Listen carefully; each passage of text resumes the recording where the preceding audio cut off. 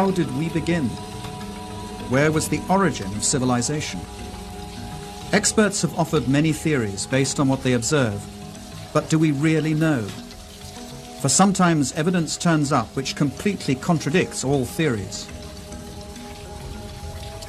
In the frozen earth of Siberia, remains are found of lost animal species such as the giant mammoth, wiped out by a sudden global cataclysm.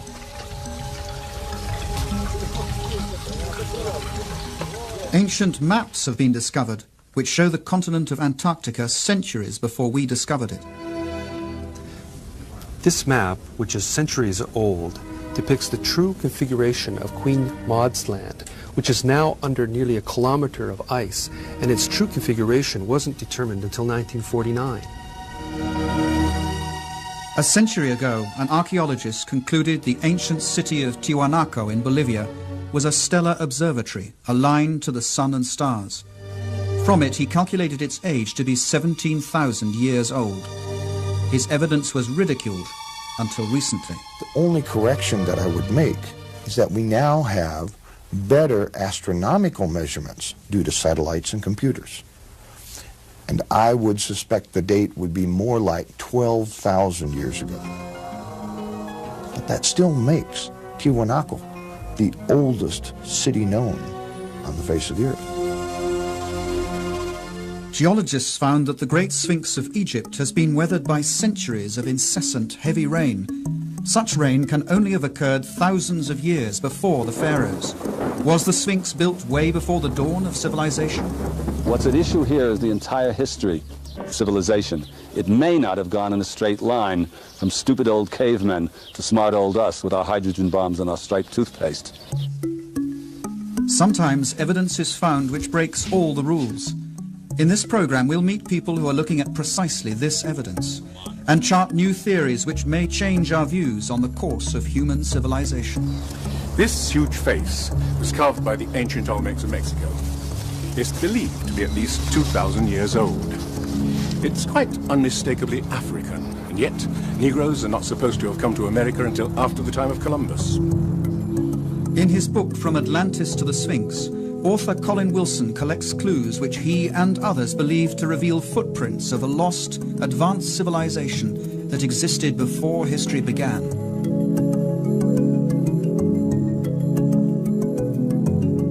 Greek philosopher Plato described precisely such a civilization, which, Egyptian priests told him, sailed the oceans thousands of years earlier until it was destroyed in a huge cataclysm.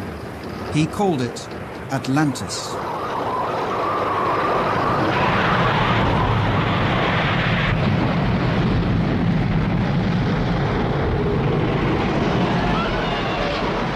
Atlantis, a huge cataclysm. We know of such a cataclysm from another myth, the biblical flood, Noah and his ark, a myth equally scorned by scientists.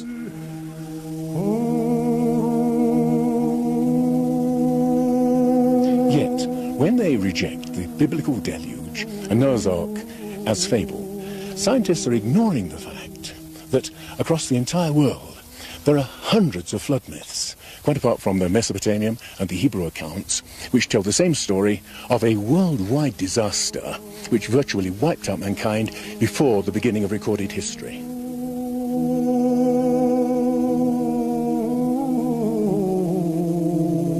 Was there really something like a flood? And if so, was there a civilization that came before all the others? I'm saying a civilization and not Atlantis, because as soon as you mention that word Atlantis, every scientist groans, "Oh no," and stops listening. The notion of a universal flood is beyond intellectual respectability.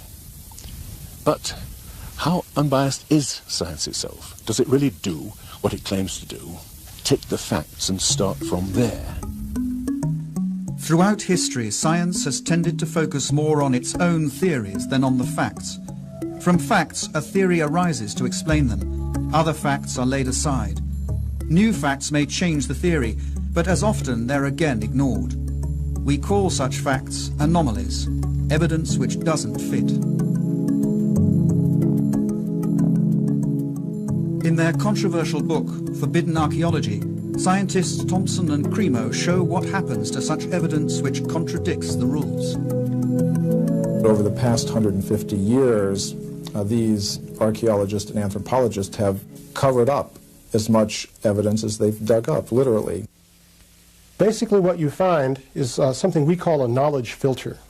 This is a fundamental feature of science, of human nature. People tend to filter out things that don't fit. So in science you find that evidence that doesn't fit the accepted paradigm tends to be eliminated. It's not taught, it's not discussed, and people who are educated in scientific teachings generally don't even learn about it.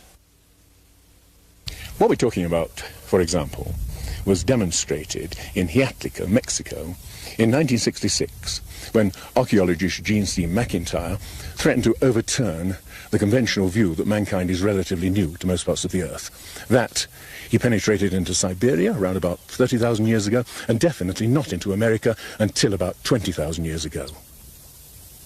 In Mexico, Gene Steen McIntyre uncovered stone tools and human bones and had them dated through a variety of thorough scientific tests.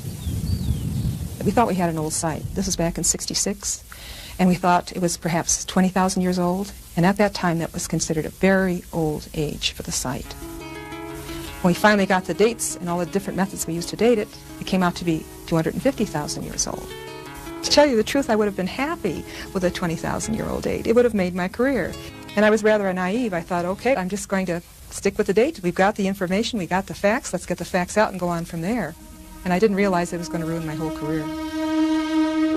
All her professional opportunities have been closed off since then. The site was closed, permission for further investigation denied, permanently. Yet earlier this year, over 3 decades later, archaeologists uncovered traces of human beings in Siberia dating back 300,000 years, a date which suddenly makes Gene McIntyre's find not so improbable after all. It's not necessarily a deliberate conspiracy in the sense of some people getting together in a smoke-filled room and saying, we're going to deceive people. It's something that happens automatically within the scientific community. So when a given piece of evidence disagrees with the predominant theory, then automatically people won't talk about it, they won't report it, and that means that science fails to progress in the way that one would hope.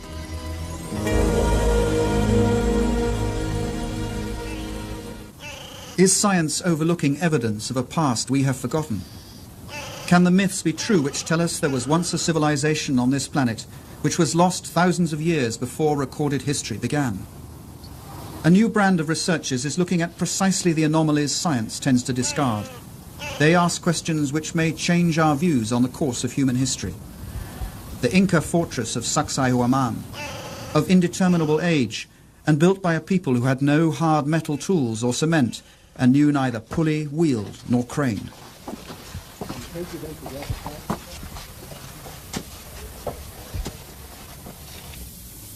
And just look at this stone. I've counted 11 corners. This thing must weigh more than 200 family-sized cars, and it reveals the incredible craftsmanship of the people who built it. These things also reveal something else, an incredible ability to handle things of this size. How on earth did they get it up there? Bolivia, the ancient mysterious ruins of Tiwanaku. Similar craftsmanship, advanced building capabilities which are unexplained. The facing stones of this site are perfectly set with no mortar. We took a needle, and that needle we tried to insert at every point along the joint, and the needle couldn't be inserted. A perfect fit. When the Spanish conquerors asked the Incas whether they'd built Tiwanaku, the Incas said, no, we didn't build it. It was built thousands of years before us. Now, the evidence shows it was built by an advanced civilization. And a chance discovery reveals just how advanced they may have been. The building blocks of Tiwanaku aren't held together by cement. Whoever takes them apart discovers the unexpected glint of metal holding the stones together. What I find amazing here is that to move to each site where the staple was needed, they had to have something like a portable smelting plant to maintain this metal in a molten state. And here, a similar use of metal joints and stone finely jointed, like this L shape here, with the same ingenuity. Peru? No, we're a continent away, in Africa. Egypt, land of the pyramids. The three pyramids of Giza, wonder of the ancient world. The triumph of another people who knew neither wheel, pulley, nor crane. How were they able to haul 100-ton building blocks up so high?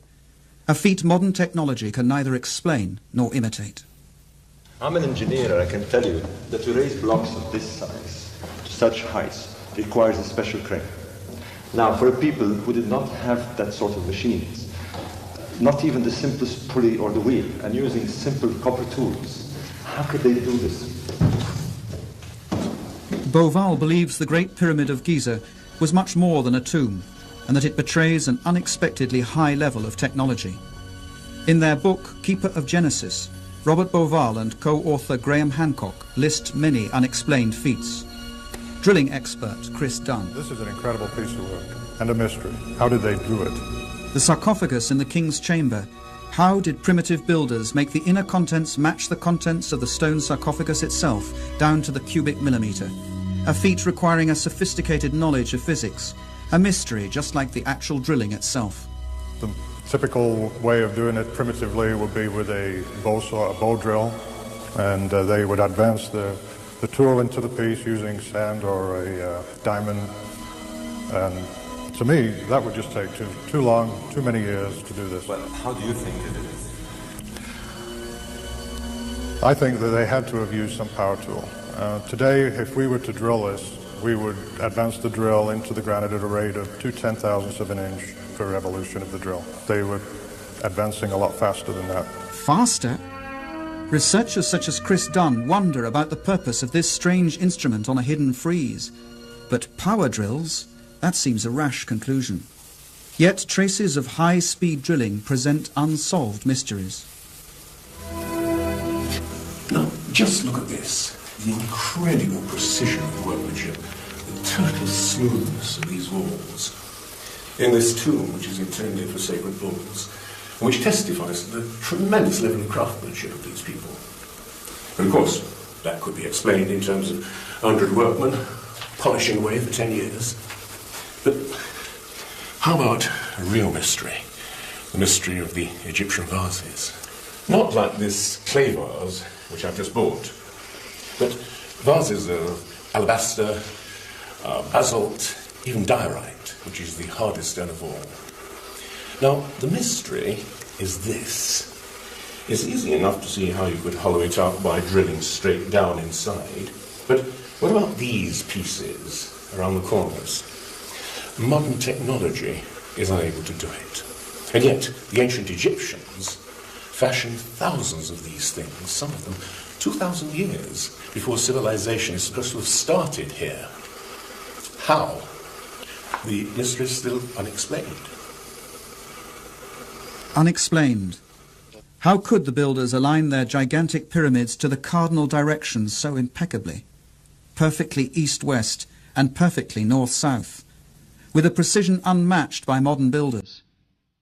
The Great Pyramid seems to be a mathematical model of the Northern Hemisphere and incorporates the transcendental value of pi, the ratio of a sphere's diameter to its circumference, the basis of higher mathematics.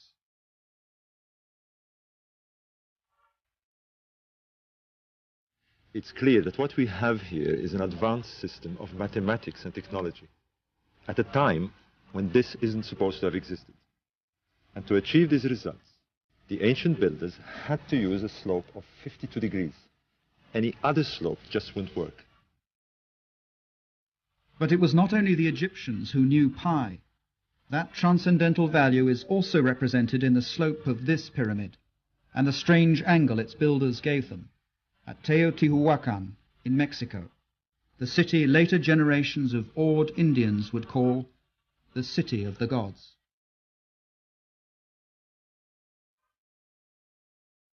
This city was once bigger than Imperial Rome.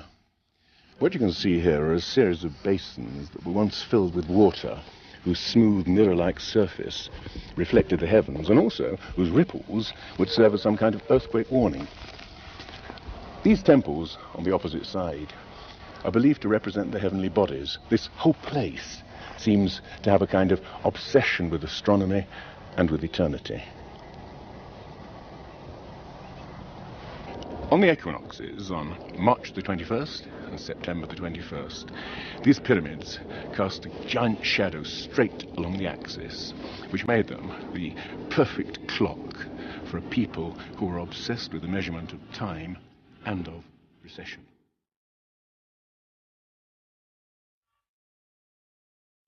As if tapping some common source, ancient civilizations around the world display sophisticated knowledge of the heavens, which has yet to be explained. A fascination for the sun and stars, and for precession, the slow, relentless movement of the earth, which make the constellations seem to travel through the night skies and epochs.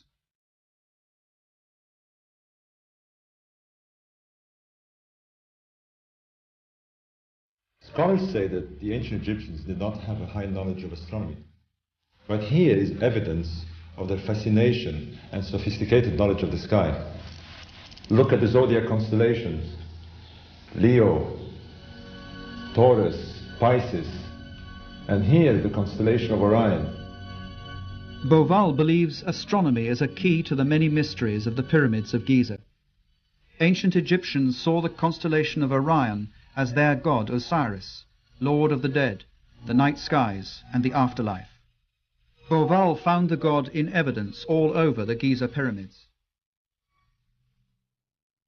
This is the real mystery. Small shafts leading upward, no more than ventilation shafts to Egyptologists, but astronomers thought differently. To ancient Egypt, this was Rostau, gateway to the netherworld, kingdom of the god Osiris, or Orion.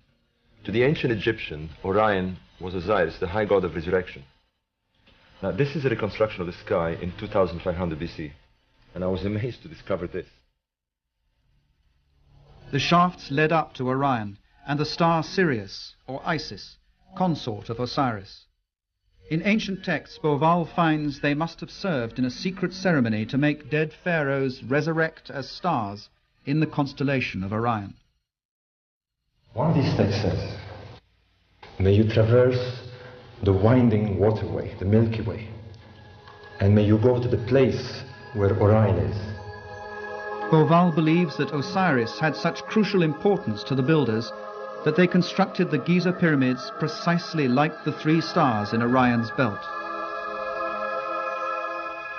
Phenomenal as it sounds, that correlation was only the beginning. He found the ancients had given star names to two other contemporary pyramids nearby. He then looked at the wider plan and was staggered. The constellation of Orion, the god Osiris, lay in heaven as on earth. Mexico, where Teotihuacan presents another parallel. Legend calls this the city of the gods and suggests that its purpose was to transform human beings into heavenly beings. As in Egypt, with the pyramids of Giza, the myths speak of its meaning as reincarnation in the stars. That's the secret of Teotihuacan.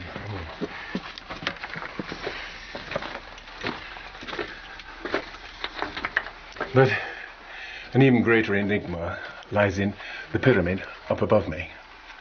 When it was first excavated in 1906, they discovered an enormous sheet of mica. Now, we know that mica is used in electrical insulation, but we've no idea what they wanted to use it for. What makes it even stranger is that the mica came from Brazil. Imagine the problem of moving a 90-foot square sheet of mica 2,000 miles. How? And for what purpose? We've simply no idea. Tiwanaku, Bolivia. Another lost culture betraying that same fascination with the sun and stars. 100 years ago, Bolivian archaeologist Poznansky observed that on the first day of spring, the sun rose exactly through the center of the temple. It was the starting point of a remarkable discovery. Poznański found they built this temple as an observatory, a huge clock to measure the progression of the sun. And we can use these astronomical alignments to date this site. Throughout the year, the sun rises in a different spot on the horizon. On the first day of spring, an observer would see the sun rise exactly in the center. By studying the layout of the complex, Poznański deduced that on the first days of winter or summer, the sun would rise above the cornerstones. But it didn't. Archaeologists today say it's simply because the builders made an error in construction. After observing the perfection with which this site is built, with 100-ton stones, to suggest that such things as the solstice markers are misaligned, I find incredible. Neil Steed made a thorough check of Poznański's calculations. By measuring the angle of the cornerstones and comparing that angle with today's sunrise positions, Poznański was able to calculate that Tiwanaku was built 17,000 years ago. At that time, the tilt of the Earth's axis was slightly different than it is today. At that date, the summer and winter suns would have risen directly above the cornerstones. I would suspect the date would be more like 12,000 years ago. But that should make each and every one of us fully question the origins of civilization.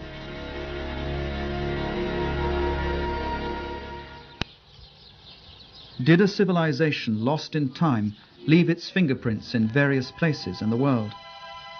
Egyptian priests told the Greek philosopher Plato of such a civilization which had existed 12,000 years ago. But according to science, mankind emerged from the Stone Age some 5,000 years ago. Could man have made that climb before?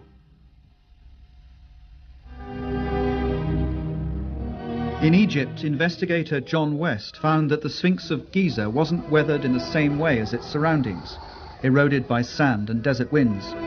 Instead of horizontal weathering, the Sphinx shows rounded, undulating marks of erosion. You don't even have to be a geologist to look at it and see what must have been responsible for that kind of weathering. Only water pouring in sheets over the enclosure wall could have produced those rounded contours.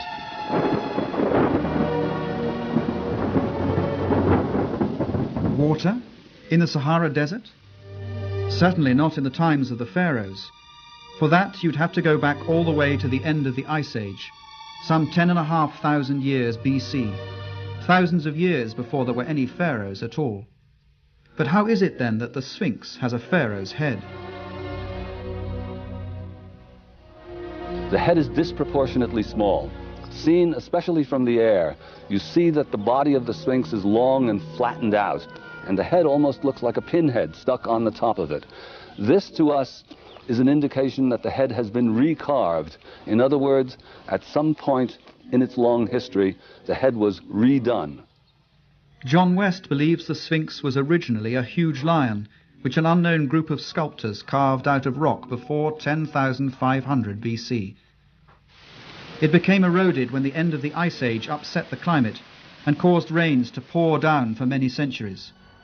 Only thousands of years later would pharaohs carve its head into their own image. The Sphinx more than twice as old as was thought until now. The theory is ridiculed by Egyptologists, but geologists simply tell them the facts are there.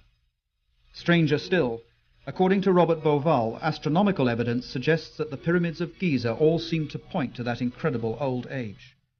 The layout of Giza matches uncannily with the position of Orion in the year 10,500 BC, a time when the Sphinx looked at Leo, its own image in the skies. When Orion started a slow ascent through the epochs, signaling a new era. The setting of Orion at that distant date even corresponds precisely with the three small pyramids behind the pyramids themselves. And there are many other bewildering facts astronomy provides.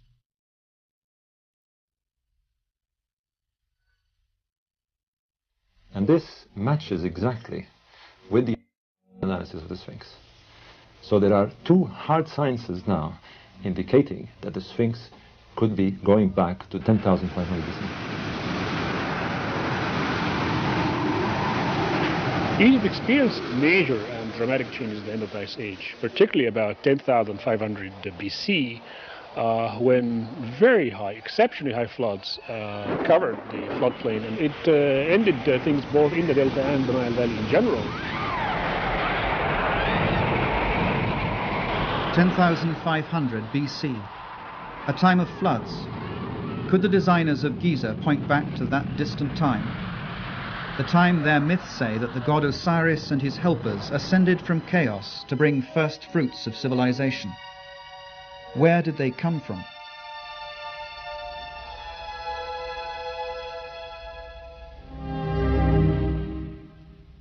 A god who was very similar was lord of ancient Tiwanaku in Bolivia. Here in this mysterious city of Tiwanaku, the god they worshipped, tall, bearded, described as white. Viracocha emerged in times of chaos and destruction from across the waters to bring some kind of renewal to the human race. The white god Viracocha. In Mexico, he's called Quetzalcoatl, who came with others to bring the first fruits of knowledge.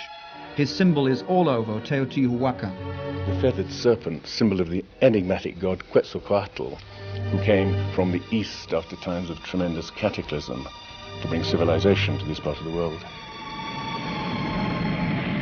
Could gods like Osiris, Viracocha and Quetzalcoatl have been real people who came from afar? Survivors of a cataclysm that had destroyed their homes and civilization? Now, the question we're asking is this.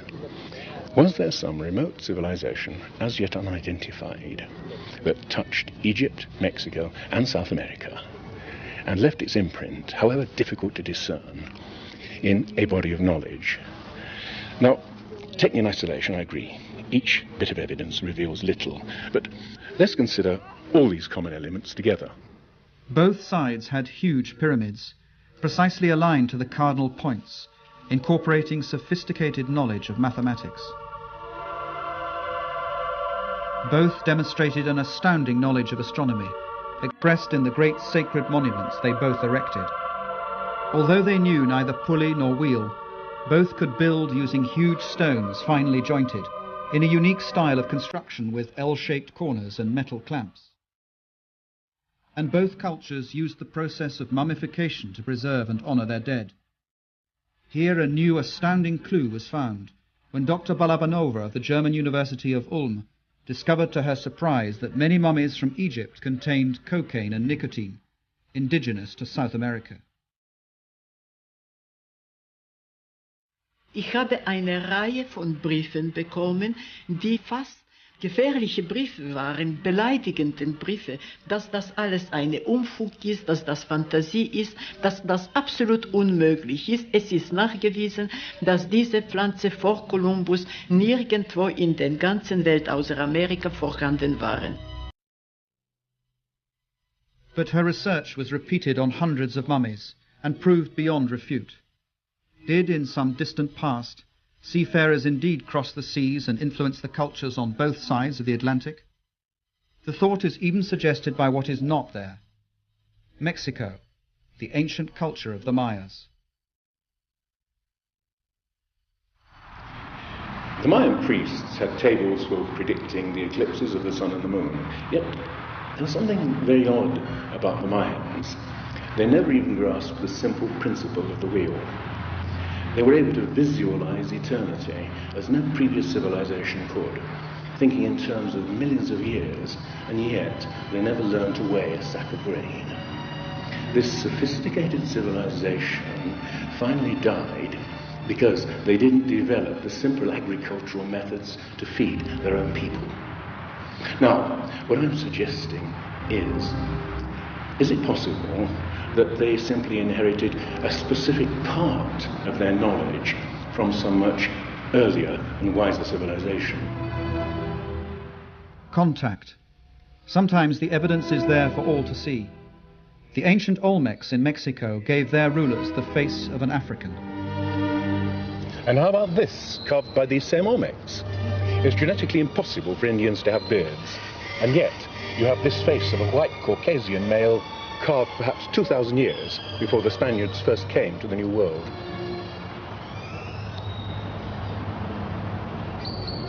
So, faces of Africans and Caucasians carved many centuries before Columbus.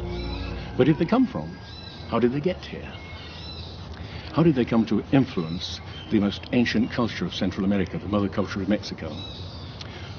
All that archaeologists know is that they suddenly materialized, fully evolved about 1500 BC. No sign of a development phase.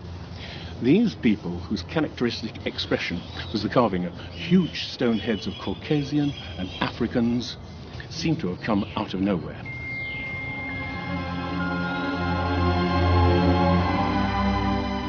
Oaxaca, the ancient citadel of Monte Alban. Here, further to the south in Mexico, is what seems to be the last record of these mysterious men. But these figures carved in stone seem to represent men who've been slain in battle, naked, forlorn, most of them castrated. This may be the point where these men disappear from history.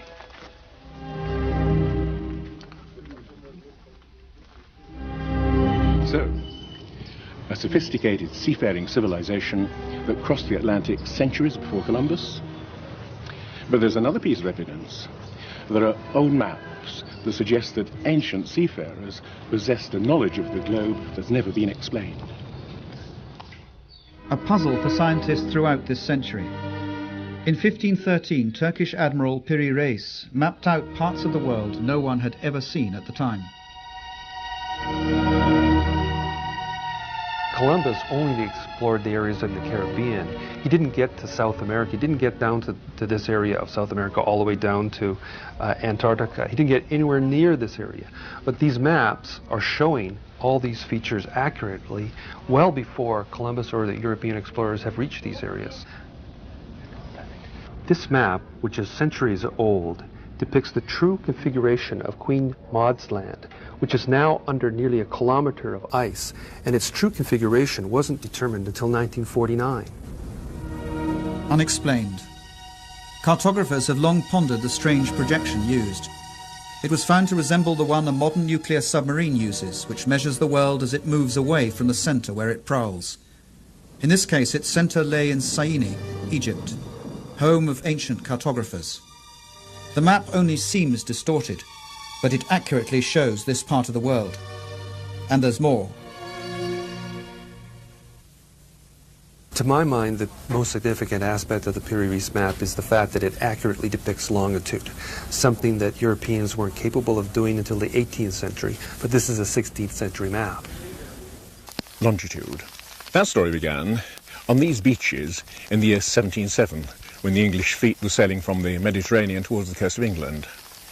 Now, in those days, it was quite easy to determine how far north or south you were by measuring the angle that the sun or the stars made of the Earth's surface. But there was no technology for determining how far east or west you were, longitude. Well, Admiral Sir Cloudesley Shovel was infuriated when a sailor from the West Country told him that he was about 20 miles too far east and was likely to wreck the fleet on the coast. When his officers assured him that the course was correct, he had the sailor hanged for insubordination. In his last dying moments, he must have wished that he hadn't. Ships before had foundered in thousands, but now the loss of an entire fleet started the hunt for an accurate clock which would enable the calculation of longitude.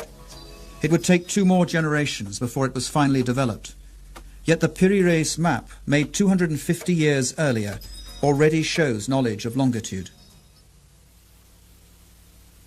On the Piri Reis map is mentioned the fact that it's compiled from many other source maps. These are copies of copies of copies. Most of the people who've researched this believe that the maps went back to at least the time of Alexander the Great, but they are really much older than even that. Maps of the world, drawn way before we learned to sail the oceans? Unexplained building technology? Sophisticated knowledge of mathematics, astronomy? If there was such an advanced civilization capable of passing on its knowledge to the Sphinx builders, to the people of the Andes and Mexico, what happened to it? Well, Plato said that there was such a technologically advanced civilization able to sail the oceans of the world. Atlantis, lying on a huge island continent. Rejecting a lost civilization, science equally rejects the notion of a worldwide catastrophe that destroyed it. But the accounts of Plato or the Bible do not stand alone. The Popol Vuh, the sacred book of the Mayans, speaks of huge tidal waves and floods, of skies that darken for months on end, of indescribable cold and black rain and hail. The ancient Egyptians talked of a time of chaos, floods and darkness, from which the gods emerged to shape the land of Egypt.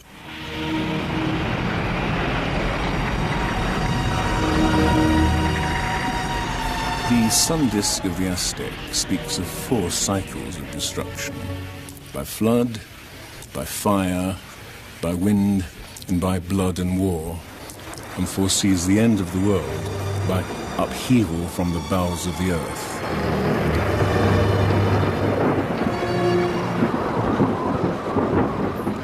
Myths from elsewhere in Asia and America speak of apocalyptic floods, a deluge of fire from volcanic eruptions and earthquakes. They speak with a disturbing realism of a past that we can neither clearly remember nor entirely forget. Scholars are inclined to believe that the flood is the fantasy of ancient poets.